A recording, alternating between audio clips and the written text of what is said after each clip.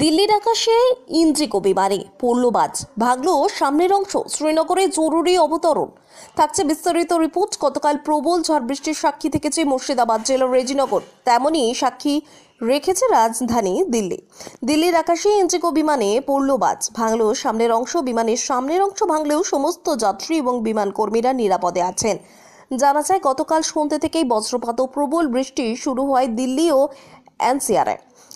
প্রতিকূল আবহাওয়ার মাঝে পড়ল দিল্লি থেকে শ্রীনগরগামী ইন্ডিগোর উড়ান 6E2142, রেজিস্ট্রি ভিটি IMT।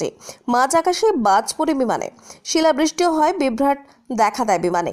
তবে বিমান চালকের তৎপরতায় বড় ক্ষতি এড়ানো গিয়েছে। জরুরি অবতরণ করতে চেয়ে এটিসি শ্রীনগরকে জানায় পাইলট। শ্রীনগর বিমানবন্দরে নিরাপদে অবতরণ করে বিমানটি। এই যাত্রীবাহী বিমানে ছিলেন মোট 227 জন।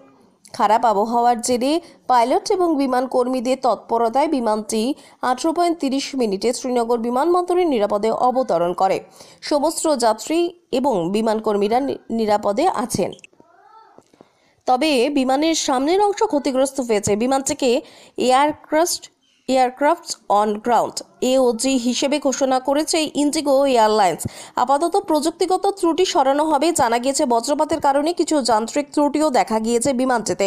ফ্লাইট ট্র্যাকিং তথ্য দেখিয়েছে মাঝ আকাশে পাক খাচ্ছিল বিমানটি। সেই সময় যাত্রীরা আশঙ্কিত